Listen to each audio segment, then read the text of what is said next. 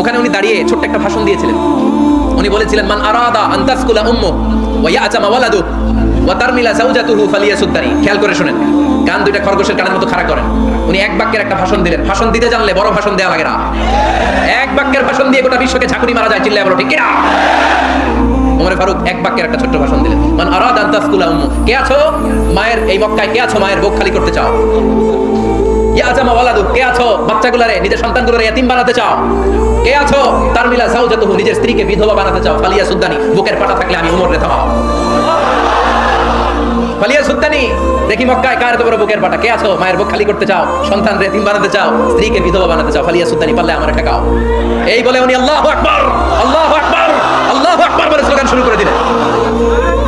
এক এক স্লোগানে মক্কার মরুজমিন থারথার করে কাঁপতে আরম্ভ করলো।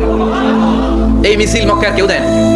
মিছিলের আওয়াজ শুনে আবু জাহেল বাইরিস, উতবা বাইরিস, শাইবা, ওয়ালিদ ইবনে মুগীরা সব বের হইছে। কি রে, আমার এলাকায় এত বড় স্লোগান, কার এত সাহস?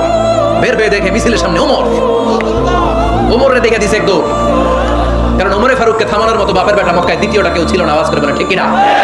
ওমরে ফারুক আল্লাহু আকবার, আল্লাহু আকবার বলে স্লোগান দিতে দিতে মসজিদুল হারামের ভেতরে ঢুকে গেল। কাবার গিলাফ ধরার পরে সেদিন মিছিল থেমেছে ওই আল্লাহর নামের স্লোগান। সেদিন কেউ থামাতে পারে নাই, কিয়ামত পর্যন্ত কেউ থামাতে পারবে না। চিল্লায় বলো ঠিক কিনা?